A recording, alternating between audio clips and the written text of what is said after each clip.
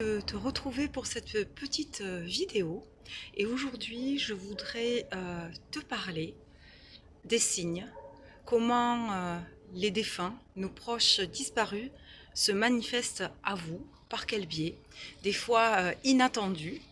Donc je m'appelle Christine Rusante, tu peux me retrouver sur ma chaîne YouTube. Toutes les vidéos que j'ai faites depuis ou 2018-2019 avec des interruptions.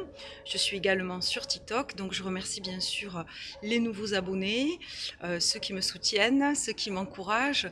Merci à ceux qui continuent à me suivre, merci pour les petits pouces, merci pour bien sûr vos abonnements, c'est gratuit, vos partages. Alors avant d'attaquer cette vidéo, je voulais féliciter notre heureuse gagnante parce que c'était pas facile. Donc j'avais fait deviner une plante et en fait cette plante a en son nom, puisqu'on l'appelle Datura, la trompette des anges. C'est une fleur magnifique qui descend, qui a un parfum très odorant, mais également la griffe, la racine du diable. Pourquoi? Parce qu'elle contient un produit extrêmement toxique, hallucinogène. Et donc on m'a proposé beaucoup en AMP, le laurier rose. Je crois que j'ai eu le lys. D'ailleurs, ça ressemble à un lys retourné à une énorme cloche blanche. En fait, il y a eu également le mimosa de mémoire et j'en oublie. Donc voilà, cette personne a gagné une séance offerte et elle choisira ce qu'elle veut, soit un travail énergétique, soit un diagnostic sur sa maison, soit un accompagnement sur une problématique qu'elle souhaite faire évoluer, un blocage dans sa vie professionnelle, privée actuellement. Et d'autres conseils aussi pour faire circuler l'énergie dans sa maison, etc. Enlever l'influence de l'eau qui, je le répète, entre en résonance la nuit avec l'eau de notre corps. C'est dans ce fait que ça provoque des problématiques diverses. Alors aujourd'hui, pour en revenir à cette petite vidéo, j'ai toujours une pensée avec les fêtes aux personnes qui ont perdu, alors ça peut être un enfant, donc ça je crois que c'est l'épreuve, une des épreuves les plus difficiles pour une maman et pour un papa. C'est quelque chose qui peut éloigner les conjoints, les époux ou les séparer totalement, faire éclater le couple. Non seulement il y a la tristesse, la peine, il y a une vie qui est partie sur un enfant, et ça peut sembler très injuste quand il s'agit d'enfants, d'adolescents, parce que les parents sont censés survivre. Enfin, pardon, les enfants plutôt sont censés vivre plus longtemps que les parents et les grands-parents. Et également, c'est la destruction que ça occasionne de la structure familiale au niveau des frères et sœurs, puisque souvent, ça peut être le papa, mais la maman tombe en déprime, en dépression. Il y a un deuil à faire. Et ensuite, bien sûr, une pensée pour les personnes qui ont perdu leur papa, leur maman, leur mari, leurs frères, leurs sœurs, etc., des oncles, des tantes, des grands-parents, des amis proches. Et comment ça se passe? Alors concrètement, quand une personne décède, on a un cordon, comme le cordon ombilical, hein, quand on coupe avec la maman, mais c'est un cordon énergétique.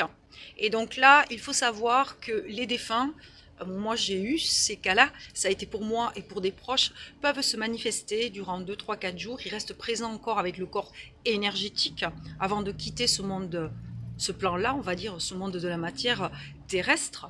Donc ça, on y croit, on n'y croit pas. Et alors, pour avoir vécu moi-même et eu des témoignages, les défunts se manifestent alors qu'il y a quelqu'un qui fait du rodéo et qui fait vrombrir sa voiture. Donc je ne sais pas quel est le signe là qu'on nous dit. Est-ce qu'il y a quelqu'un qui était garagiste, mécano et qui est décédé? Je ne sais pas, mais là ça y va à fond, hein. Il est en train de décrasser le moteur. Et donc, revenons à ou faire le pilote, mais là, il n'est pas sur un circuit. Donc, revenons à nos défunts. Donc, les défunts peuvent se manifester de plusieurs façons.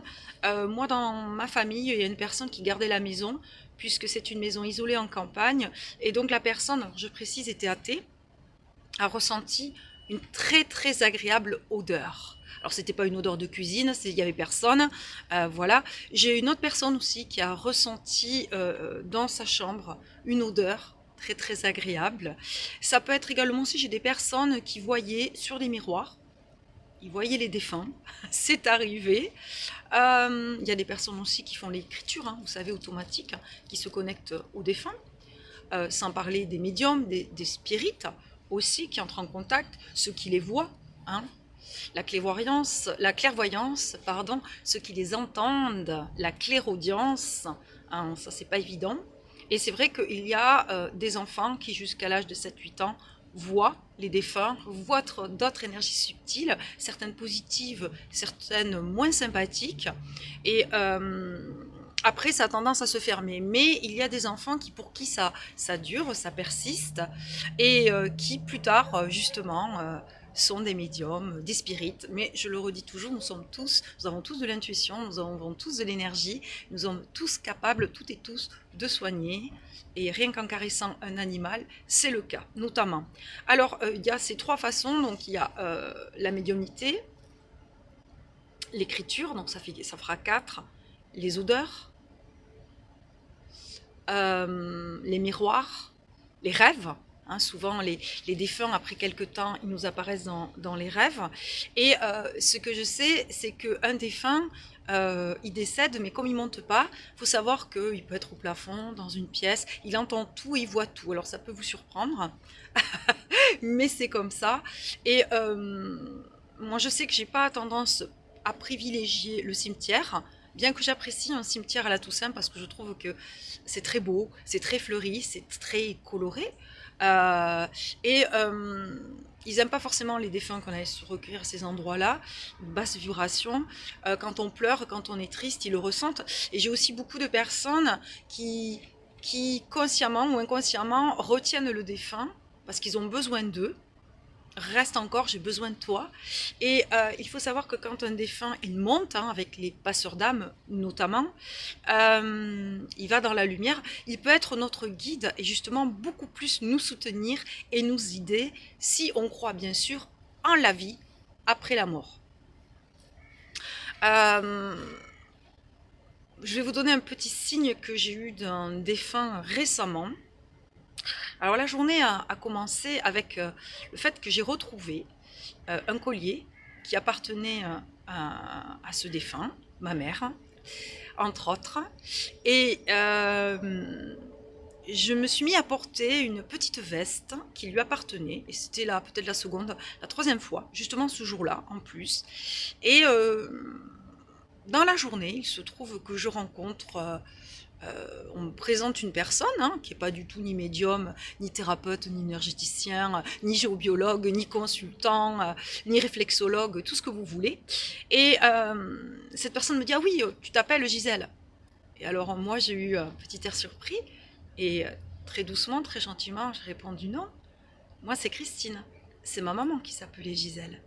Et alors la personne du tout contact, qui est une personne sûrement très empathique, qui a de l'intuition, puisque je vous l'ai dit, on a tous des capacités qui se développent en plus suite à des chocs, ça peut accélérer le processus, ou ceux qui prennent des substances hallucinogènes ou autres, je passe les détails, mais attention parce que là, l'ouverture du troisième œil, ça peut cramer, hein. Ça peut cramer les neurones, on va dire. M'a dit: oh, elle est coquine. Voilà, et donc c'était, voilà, c'est des petites histoires qui font que on a des petits signes aussi, qui on entend la même musique, la même chanson, on entend les paroles. Je réfléchis quels sont les autres signes que nos défunts. Alors on dit souvent qu'un défunt qui est décédé dans la douleur, qui a beaucoup souffert, il faut lui laisser un temps. Ça c'est un médium que j'ai entendu qui disait ça. Ça peut être 5, 6, 8 mois de restauration avant de pouvoir le contacter. Et je dirais des fois aussi, les défunts, ce qui est bien, c'est de mettre un petit lieu, pas dans votre chambre, pas de photos de défunts dans la chambre, c'est déconseillé. Ça peut être un endroit que vous choisissez dans la maison qu'on va appeler, dans le feng shui de l'habitat, le secteur des bienveillants, ceux qui nous soutiennent, ceux qu'on aide, ceux qui nous soutiennent, etc. Et là, moi, j'aime bien mettre des fleurs, ça peut être des fleurs séchées, petites bougies, ça peut être, voilà, dire un petit coucou, un petit bonjour, envoyer de la lumière, des pensées d'amour, parce que quand on est triste, etc., c'est pas du tout bon, faut le savoir. Et donc, rien ne vous empêche d'avoir votre petit endroit à vous. Vous mettez la photo de votre défunt ou de vos défunts, souriant, et d'envoyer de l'amour et de leur parler, de leur demander qu'ils vous aident, qu'ils vous soutiennent, qu'ils vous guident. qui vous inspire.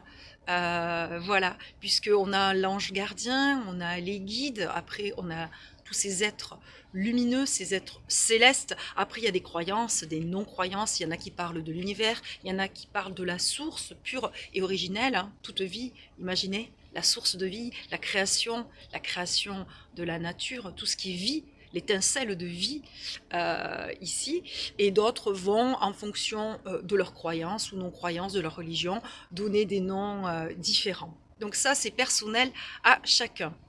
Voilà, donc c'était la petite vidéo sur nos défunts, comment se manifestent nos défunts. Si vous-même avez aperçu, vu, alors ça arrive aussi, il faut savoir qu'à la pleine lune, etc., il y a une intensité différente, et souvent on peut avoir, quand on a une âme défunte proche, on peut avoir froid, ça peut faire des sensations bizarres, hein, ça peut se hérisser aussi, parce que en fait, on peut aussi arriver à les voir, hein, pour certains, ils nous prennent un peu d'énergie, ils nous piquent, ils sont coquins, ce sont des énergies yin, les âmes défuntes qui ne sont pas montées, pour X raisons, puisque comme je disais, en Asie, il n'y en a pas, puisqu'en Asie, on s'est veillé pendant 5 jours, on sait accompagner les défunts, ils ont une autre approche de l'amour que nous, ils ont toujours un petit autel, ils mettent des bougies, ils mettent de l'encens, etc.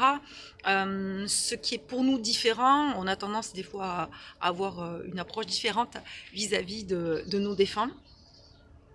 Et donc, ils peuvent s'accrocher à nous, surtout si on est triste, en colère, déprimé, malade, on baisse. Et alors pourquoi, pour finir, puisque je suis géobiologue, etc., donc vous pouvez, vous avez mes coordonnées en dessous, il y a toujours une séance, un diagnostic offert, dans lequel vous m'exposez quelles sont les problématiques, soit sur votre lieu de vie, soit problèmes personnels, soit un nettoyage énergétique, soit une réflexologie plantaire, etc., ou un massage, puisque j'ai un cabinet et je travaille bien sûr à distance, et ça marche tout aussi bien, notamment sur les plans, pour dessiner toutes les influences négatives, que ce soit les cours d'eau, si vous avez des failles, des ruptures rocheuses, enfin localiser toutes vos problématiques et surtout les neutraliser. La pollution électromagnétique qui, couplée à l'influence de l'eau, impacte même nos amis les animaux, hein, il faut le savoir. Et donc tout ça pour vous dire, et je me suis perdue comme d'habitude, oui, que ce qui est en nous, à l'intérieur est à l'extérieur. Donc, si vous avez une maison qui vibre bas, pour X raisons, parce qu'il s'est passé des drames sur le terrain ou les habitants avant vous, etc., ça imprègne un peu les murs, ça fait baisser, il y a plein de choses qui font baisser le taux vibratoire d'une maison, eh bien, ça va avoir également un impact sur vous, sur votre énergie à vous. Hein. Et donc, vous serez fatigué, vous serez anxieux, vous ne serez pas clair. Il peut y avoir des différentes problématiques qui arrivent avec tout ceci, alors que la nuit tombe. Et donc, c'est pour ça que c'est un défunt une âme qui n'est pas montée, elle peut être en vous, vous la ramenez. Hein. Il y a des gens, ils sortent en voiture, ils font les taxis, vous l'avez dans la maison, ça se promène. Les animaux nous les ramènent aussi, on le voit. Hein. L'animal, il a un miaulement bizarre ou un aboiement bizarre, il a un comportement bizarre, un peu plus agressif, ou alors il vient se frotter. Alors, j'ai pas toujours dit que le cas de ce comportement d'un animal est le cas d'une âme défunte, bien sûr. Voilà. Et le but, c'est pour ça que quand on fait une séance en accompagnement, en feng shui de l'humain, la première chose qu'on fait, c'est de vérifier tout ça. De vérifier si la personne a des brèches énergétiques, si son âme est bien centrée, s'il y a des âmes défuntes, etc., etc. De remonter. Et la mise en lumière, j'ai fait une vidéo là-dessus. C'est bien la mise en lumière alors que la nuit tombe. La mise en lumière, je ne sais pas si vous me voyez toujours, alors on va bouger. On va bouger un petit peu. La mise en lumière, en fait, ça permet, déjà par la respiration, on va oxygéner notre cerveau, les cellules, etc., les toxines. Le soir, pensez bien à vous. Alors attendez, je vais le prendre à la main, parce que je pense que ça va être plus simple. Voilà. Donc le soir, pensez bien surtout à vous, à vous coucher au calme, à bien respirer, hein, calmer votre mental. Voilà, il faut vraiment, être dans une ambiance de sécurité, chaleureuse. Comme disait un monsieur que j'ai vu, super, ça doit être en moine tibétain, centrez-vous sur vos pieds, respirez, inspirez 4 secondes, soufflez, 8 secondes, etc. Boire une petite tisane d'eau chaude, bien sûr. Le matin aussi, toujours. Alors ça, c'est un rituel très important. Le corps a besoin de s'hydrater au tiède d'eau chaude. Il faudrait même qu'on boive entre les repas et plutôt de l'eau tiède ou de l'eau chaude pour la digestion et pour réveiller en douceur tous les organes. Alors je continue. Et donc, voilà, c'est bien. Le coucher, c'est un rituel. C'est un rituel où on doit se détendre et on doit amener petit à petit notre esprit en fait au calme et pour passer une nuit, voilà. Donc coupez-vous bien de ce que vous avez vécu dans la journée, si ça a été anxieux, etc. Et puis, avec Noël qui approche, on met une petite bougie pour nos défunts, on leur envoie de l'amour et puis on peut leur parler également. Voilà. Alors, je vous dis à très vite pour une prochaine vidéo. C'était Christine. Je suis donc géobiologue, travaille sur le lieu, réflexologue plantaire. Également, le massage facial japonais à l'huile d'argan, rose de Damas, de beauté. Je vous retrouverai pour une autre petite vidéo. Cela, on va encore voir les gestes de beauté, de tonicité du matin. Le réveil du matin, c'est très très très important. Donc il faudrait se lever un petit peu plus tôt pour s'étirer, pour se réchauffer, pour respirer, même si ça prend 5-10 minutes. Mais je sais que quand on est parent, c'est la course, donc c'est pas évident. Mais après, même une mise en lumière sur vous, vous le faites dans la voiture, vous mettez votre chemin, votre route, la journée quand vous arrivez, vous quittez pareil, hein, vous fermez tout en lumière et hop, on laisse le boulot derrière nous, on respire, on écoute de la belle musique, on regarde le paysage quand il fait pas nuit et puis on essaie vraiment de bien être centré et de calmer son mental surtout et les peurs. Voilà, à très vite pour la petite prochaine vidéo. Merci pour les petits pouces, merci pour les nouveaux abonnés, je le redis, merci pour vos soutiens. Et donc la personne qui a gagné, c'était donc le Datura, la trompette des anges, une grande plante avec des fleurs blanches qui sentent très très bon la nuit. Et je vais bientôt vous refaire, ça sera une nouvelle devinette charade pour faire gagner également. Alors attention, les commentaires, c'est toujours sous la vidéo YouTube. Et c'est la première personne qui aura la bonne réponse qui gagnera une séance en distance, en direct, peu importe. Bis bis. C'est pas évident pour moi de couper parce que j'avais la même prise. À très vite, prenez soin de vous. Et n'oubliez pas, la personne la plus importante, c'est vous. Pour aider les autres, il faut d'abord se prioriser, s'aimer, se choisir et prendre soin de soi. Je sais, c'est plus facile à dire qu'à faire, surtout quand on est dans le rôle du sauveur ou le sacrifice, surtout chez les femmes qui font passer les enfants et les conjoints souvent avant elles. Alors, vous les femmes, prenez soin de vous, chouchoutez-vous 5 minutes, 10 minutes, je ne sais pas s'il va pleuvoir demain, en tout cas, je ne me prends pas au sérieux, et c'est fini. Ciao, ciao.